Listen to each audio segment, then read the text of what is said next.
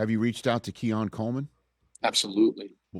Can you share me the conversation and how he is? Because was he front and center for a lot of conversation prior to your hiring and based on, the press conference that announced the departure of Sean McDermott, Joe. Yeah. There was a little party yesterday we had and I told him exactly what I told Keon. I told Keon that the best thing that's ever going to happen to Keon Coleman is that I got named head football coach.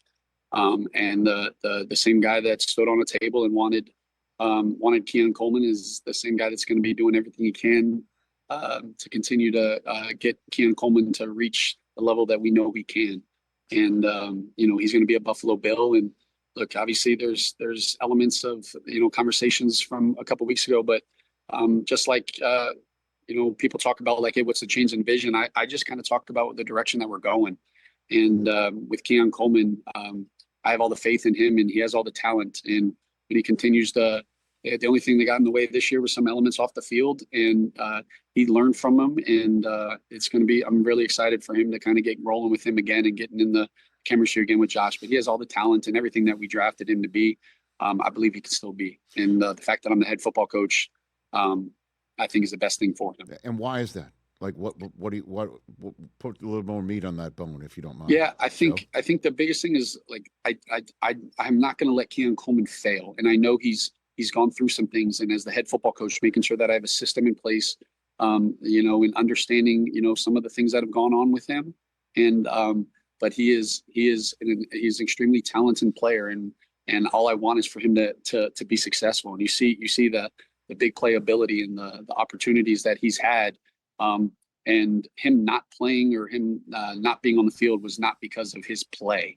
I think just putting a system in place. And I think no matter what, even if we do nothing, he's going to be better because of this year and going through this stuff and not having an opportunity to play football. But the confidence and belief that I had in him and have in him isn't going to change. And we're going to do everything we can so that he can be successful. So, and one other aspect of that press conference, Joe Brady, that stood out was the owner, Terry Pegula's clear disappointment in results. And obviously, it's a result-oriented business. Yep. And what the results need to be in order for this to be considered a step forward. How do you handle that? How do you absorb that and also send it out as a message to your group?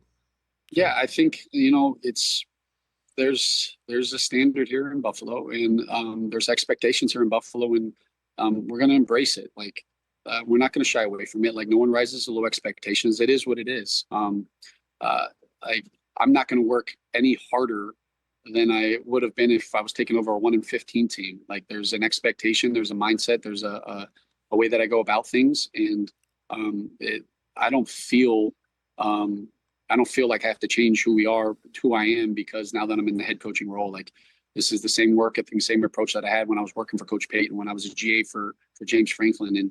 And I believe in my ability to lead and put a team together. And we're not going to focus on the end result. We're going to just have the competitive stamina to just keep going and every single day. And I think the results will take care of themselves. Hey, you made it all the way to the end. Thanks for that. Check us out every single day streaming live on Disney Plus and the ESPN app 12 to 3 Eastern.